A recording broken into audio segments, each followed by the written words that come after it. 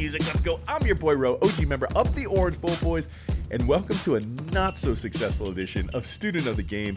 Your Miami Hurricanes would lose this game 42-38, and all hopes and chances of an ACC championship game went out the window, potentially playoff hopes as well. We're going to cut over to the first quarter action, shall we? Miami's already up 7-0. They would get up 21-0 in this game, but I want you to go ahead and see how Syracuse picks up a successful first down on this 3rd and 4 situation. So they're going to motion across the formation, and throughout the year, this has been kind of a historical problem for this particular defense. And what it's going to do here, pause. You're going to have to count the numbers. You're going to have 4 to the field side.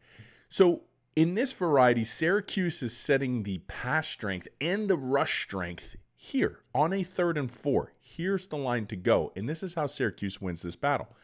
4 defensive linemen, 5, 6, 7, 8, 9.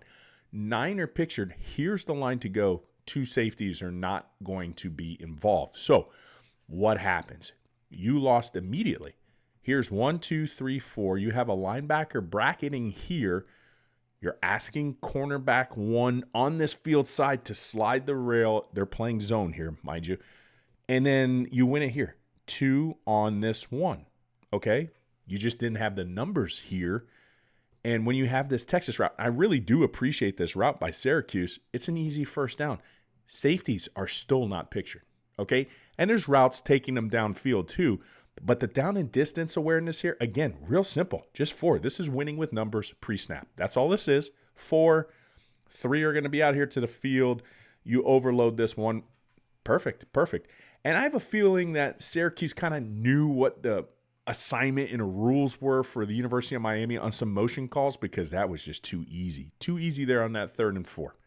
First down, Syracuse. We're off and running, or should I say Syracuse is off and passing. Cam Ward still surgically efficient on the day. This is going to be a receiving touchdown by Xavier Restrepo. Syracuse 2 safety shell, but coming into this game, Syracuse's rush defense, not necessarily the most formidable thing, right? Rather porous. So you have options. Watch what their safeties do.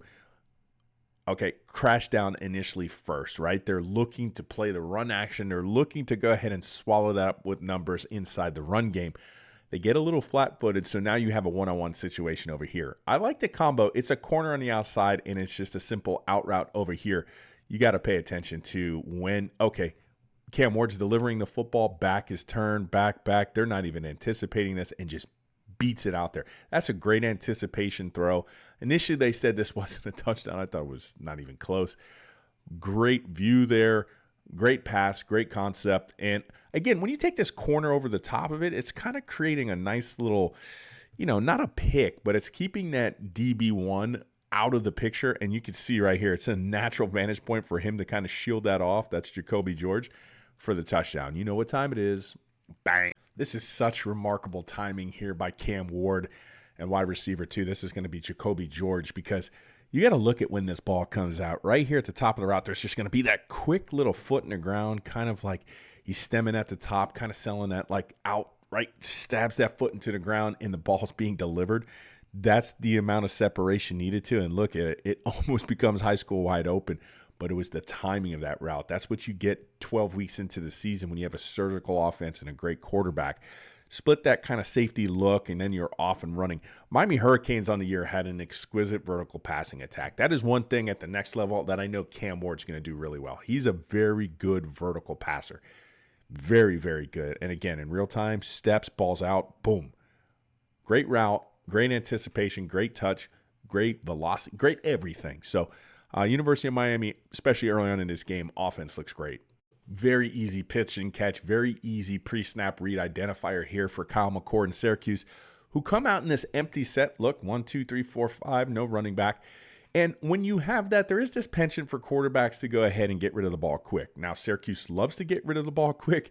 And on the scout team, when we surveyed them, especially against Cal, they loved simple offense to the boundary side or the short side of the field. And typically what you saw, you had an out route and you had something either going up or in. That's exactly what Syracuse does on this. Again, Miami with the penchant to be really soft in coverage. Now, in their defense, it's second quarter, 41 seconds left, 2nd and 10. This is the place of the field where maybe you're anticipating a big shot. But McCord, he sees the matchup he wants. This is RB1 on a linebacker, and watch how easy this is for him. He already knows, okay, this is the matchup I want, RB on a linebacker, and now when you have the linebacker kind of turn his back, CB1 giving so much cushion, you're just inviting this, and they're going to take it. So they kind of get back on schedule there. And again, I just think pre-snap, it's very easy to determine as a quarterback, former quarterback, where I want to go with that ball. That was about as easy it gets for Kyle McCord. I feel bad for the young man on this play. I really do, because I feel like you have to know your personnel and what you are asking them to do. You have to put them in the best positions possible. Is this the best position possible? I don't know. University of Miami, 4 defensive line. They're going to drop 8 in coverage, including the defensive end. He's going to go ahead and patrol right here into the short side of the field. Now, Syracuse favors a quick pass attack. They love the simple offense to the boundary. We knew this coming in. It bears repeating. But they fake the Texas there, and boom, they kind of stutter step them, nasty crossover. So that's going to be like highlight film for the running back. But I don't blame you, defensive end, because that was just a hard sell, okay? You're just out here, and then you're having to deal with a running back double move. That's just tough, young man. So keep your head up. Good play. Again, Syracuse is taking advantage of like the safety cushion and really exploiting University of Miami underneath early on in this game. I don't really get this one. There seems to be a disconnect at times, right? Where one level doesn't know what the other level is doing. In this case, you're bringing a DB blitz right here from the field side, okay? You have 2 pass catchers right here. Now, here's the other unique phenomenon.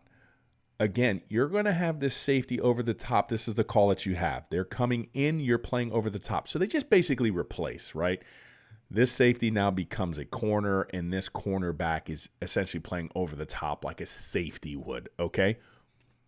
But when I said they're not talking, well, here's the one level coming in with the blitz. This is what you're doing 2 for 1 on this side. So you want to talk about an easy pitch and catch. This is the #1 offense, pass offense in the country, better than yours. And why aren't we paying attention to the wide receiver too? Simple RPO, simple, nothing new to football too. You know, they're just looking at that post snap. It's not even there. They take advantage, and it was just given up too soon. Of course, we miss a tackle from the safety position. That's nothing new either. But again, this is given up right here. I mean, wow. I don't get it. People have asked, why does Miami give up runs outside? It's because when you live by the twist, sometimes you die by the twist. Very simple. Just pay attention right here. You're going to slant inside. Everybody's going to get washed inside. Mike linebacker is coming down Main Street, so who's there? Nobody's there. Cornerback was in man coverage, had the heady play to kind of come off and then keep this from getting even bigger. But as an offense, that's what you want in terms of Syracuse. You want to kind of go big on little, right? If I'm forcing your corners to tackle, I did my job. But that's how your University of Miami loss contain. That's just not him. That's not his game. It's real simple. The blitz beater is here. All right. The blitz beater typically, and this was Mark Rick years too, when you have your running back kind of going out to the flat, this is where you would look. It's hot. He knows it. So immediately snaps his head, just runs right by the defensive end. Again, the running back cooking the defensive end there. Good job by Syracuse to identify the matchup problem. Wasn't their problem, it was Miami's. Whatever the next scheme is, I hope and pray that paying attention is a prerequisite. Because what you're going to notice here, University of Miami in a 2-deep safety shell, Syracuse ace gun 2x2 look, and I know what the play call is, okay? So you're going to have your safety robber down, right, and bracket one of their better players. So it's a sound strategy, it's a sound play call, and we're going to watch it happen in real time. Here comes the in route right here. Now pay attention to the vision. We lose sight of the quarterback now. We ask our safety to basically look here. Don't play it out of your peripheral. I want you to intently stare and look at this. And what ends up happening? You crash down on this. Why? The ball's already in the air. You see the ball's in the air, but you asked your safety to pick up the vision. You don't really care. You're essentially asking him to be oblivious to what's going on around him. And it just looks right here. Look, Miami has a 4v1 on Arondé Gadsden. I applaud the call to try to bracket him, but that's a little bit too much, okay? One-on-one, again, Back is turned. That's okay for DB1. He's trying to play this in a trail, and then he's going to go ahead and try to play through the wide receiver as he lifts up his hands. But again, I'm going to back this up, okay? I want to back this up, and I want to show you, okay? And this is them fighting after the play here, and there was a flag that was going to be on Miami anyway. But watch it transpire, right? Keep your eyes. He's already going ahead to deliver the ball right here. If you have your eyes up, maybe you start going ahead and trailing this, even though your responsibility was there. You've heard me say for years, a quarterback who can bail an offensive coordinator out of bad plays. That was Cam Ward historically this season. If something was not there, he can make something happen. Well, this is your call, and it's putting you in a 4v1, and you're not even paying attention. I love the fact that the ball's in the air being thrown outside, and then the safety is literally crashing somewhere else. I just think there's better utilization of your personnel on a defensive football field than running them out of a play. University of Miami, facing a quick passing attack in Syracuse, are doing things for the sake of doing. Again, I think the prioritization of having your eyes on the quarterback, understanding that the ball can come out quick, and having the awareness would have helped better than this. So, again, defensive end, they're going to drop 8 in coverage. Now, watch as McCord already has the ball delivered. It's coming out right now. 2 backs are turned. This ball is coming out. We're running to a spot, okay? That's where you're at. We're running away from the spot. The ball's still in the air and pointing at each other like, hey, this is where you're supposed to go. They did something for the sake of doing. It just looks really, really off. So nothing overly complicated. When Syracuse is coming in empty, they're just looking for the matchup. Here's the matchup. You got a Mike linebacker on that running back again. Guys paying big dividends in the passing game for them. And what are they going to have them do? A lot of double moves. So what does it do? Right here, you're just going to go ahead and stem, force that guy there. Oh, just took the bait. You lose it real early, and you're going to go ahead and pick up that first down. So nothing crazy there. But again, let's back this up. Hey, great move. Got it. Jumped them too.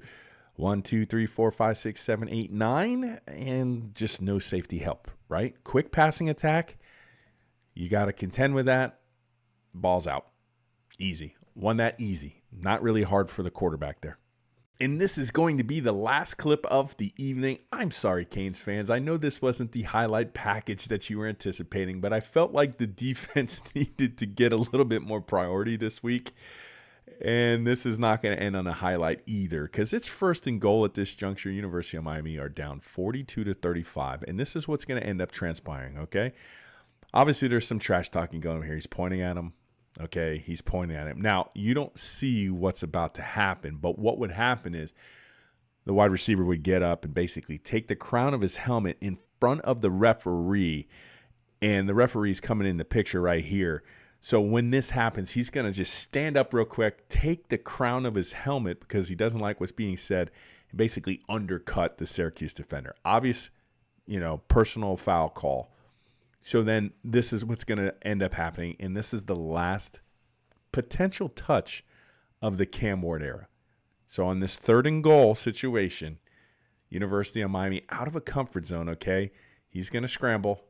Can't make anything happen right here. Be brought down, and it's going to be 4th and goal. Cam Ward, thank you. Thank you so much. Out of all my years doing Student of the Game, it was a pleasure, and it was an absolute thrill to watch you.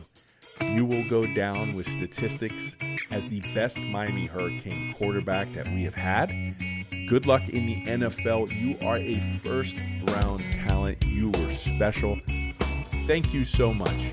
And the chance we do get to see you again, I would love to cover it on the next Student of the Game. If not, as always, Canes fans, I'm your boy Ro, OG member of the Orange Bowl Boys.